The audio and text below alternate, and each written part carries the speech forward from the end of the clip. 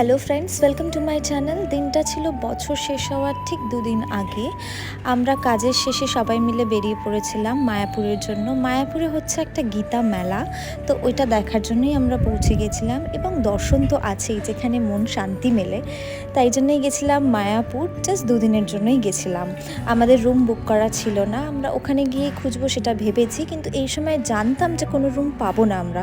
তাও গেছিলাম মনের জোর নিয়ে যে আমরা কোনো একটা রুম তো পেয়েই যাব।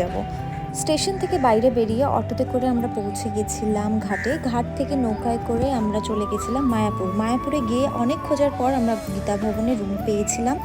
এবারে আমরা গদা ভবনে খাওয়ার জন্য গেলাম। খাওয়ার পরেই আমরা রুমে পৌঁছে গেলাম। রুমটা ভীষণ সুন্দর ছিল, যেহেতু মন্দিরের ভিতরে। আমরা ভোর 4টের সময় উঠেছিলাম দর্শন করার জন্য। ভোর 4টে থেকে ওঠার পর কখন সকাল হয়ে গেল আমরা বুঝতেই পারিনি। চারিদিকে ঘুরতে ঘুরতে আমাদের সময় কেটে গেল। আজকের মিনি ব্লগ আমি শেষ করলাম।